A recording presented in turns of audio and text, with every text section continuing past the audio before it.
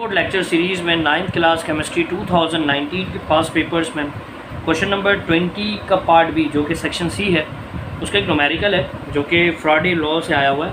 और सो हम इसको आज सॉल्व करेंगे। तो सबसे पहले हम डेटा की हेडिंग लगाते हैं और अब हम सवाल में देखते हैं कि क्या क्या चीज़ें मौजूद हैं। सो सबसे पहली चीज़ उन्होंने कहा है कि कैलकुलेट करना है आपने, ठीक है।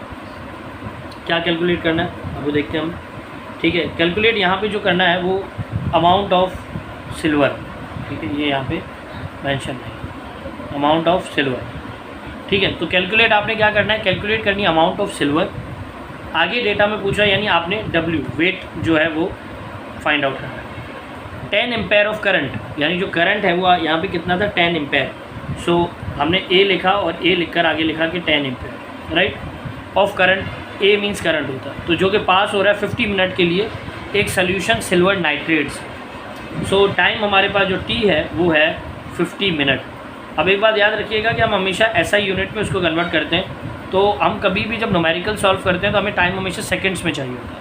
सो 50 को हम कन्वर्ट करेंगे सेकंड्स में, उसके लिए आपने क्या करना है, इसको 60 से मल्टीप्लाई कर देना, ठीक है। तो जब आप ये आपके पास 50 मिनट्स है, 50 को जब आप कन्वर्ट करेंगे यानी 60 से मल्टीप्लाई करेंगे तो ये आपके पास हो जाएगा बेसिकली 3000 सेकेंड, ठीक है। तो अब हम टाइम की जगह 3000 सेकेंड को यूज़ करेंगे। सो आपके पास दो चीज़ें मौजूद हैं और एक और चीज़ है जो यहाँ पे दी हुई है, that is basically the Z, और इसको हम कहते हैं इलेक्ट्रोकेमिकल इक्विवेलेंट।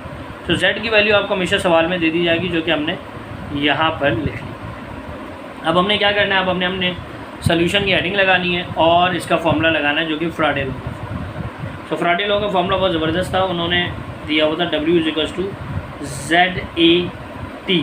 यानी सिंपल इस पर वैल्यूज़ पुट करें और मल्टीप्लाई करें और आंसर। सो W की जगह W लिखा, Z की जगह हमने लिखा 1.118 एक्सपोनेंट 10⁻⁻⁶, इसको ब्रैकेट में लिख दिया। दैन ब्रैकेट में मैंने लिखा एम्पेयर, एम्पेयर मेरे पास 10 था और टाइम था 3000 सेकेंड। अब हम इन तीनों को करेंगे मल्टीप्लाई।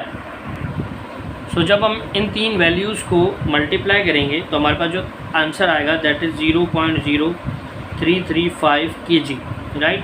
हमें kg में जो है इसको हम ग्राम में भी लिख सकते हैं, ठीक है। तो kg वैसे हमारा मेन होता है तो हम इसको kg में लिख देंगे, और अगर ग्राम में कन्वर्ट करना है तो हम इसको ग्राम में कन्वर्ट कर देंगे, ठीक है। मल्टीप्लाई बाय 1000, तो 1000 से मल्टीप्लाई करेंगे तो 345 ग्राम आ जाए, ठीक है। तो आप किसी भी वे में लिख सकते हैं, ऊपर वाला आंसर लिख लें या नीचे वाला। तो इस तरीके से आप सॉल्व कर सकते हैं। बाकी कोई भी सवाल हो तो आप मुझे मेरे व्हाट्सएप नंबर पे कांटेक्ट करके पूछ सकते हैं। Thank you.